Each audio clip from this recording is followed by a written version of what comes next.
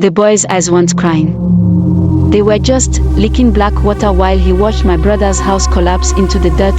The quiet one. I live in a small village where everyone talks too much. My brother, Kofi, was the loudest.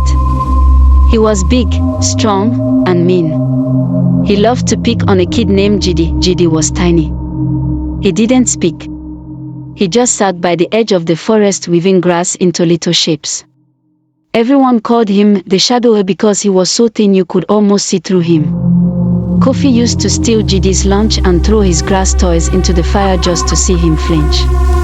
Jidi never fought back. He just watched. The warning last Tuesday, Kofi went too far. He grabbed Jidi's arm and twisted it until it popped. He laughed and told Jidi to be a man and fight. Jidi didn't scream. He just looked at Kofi and whispered the first thing I've ever heard him say, "The ground remembers what the feet do." We all laughed. What could a skinny boy do to a man with muscles like iron? The night it happened, that night, the air felt thick, like breathing through a wet cloth. I was walking past Kofi's hut when I saw Jidi standing in the middle of the dirt path. He wasn't moving. He was barefoot, and his feet seemed to be sinking into the dry, hard earth like it was water. I stopped. I wanted to tell him to go home, but the words stuck in my throat.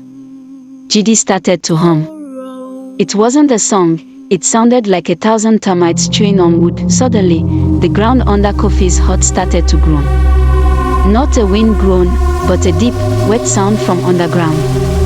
The dirt began to ripple. I watched, terrified, as the earth literally opened its mouth. The aftermath. Kofi's house didn't just fall. It was pulled down. The heavy mud walls snapped like crackers.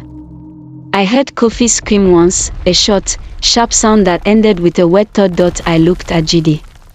He turned his head toward me. His face was cold. That's when I saw the black liquid running down his cheeks.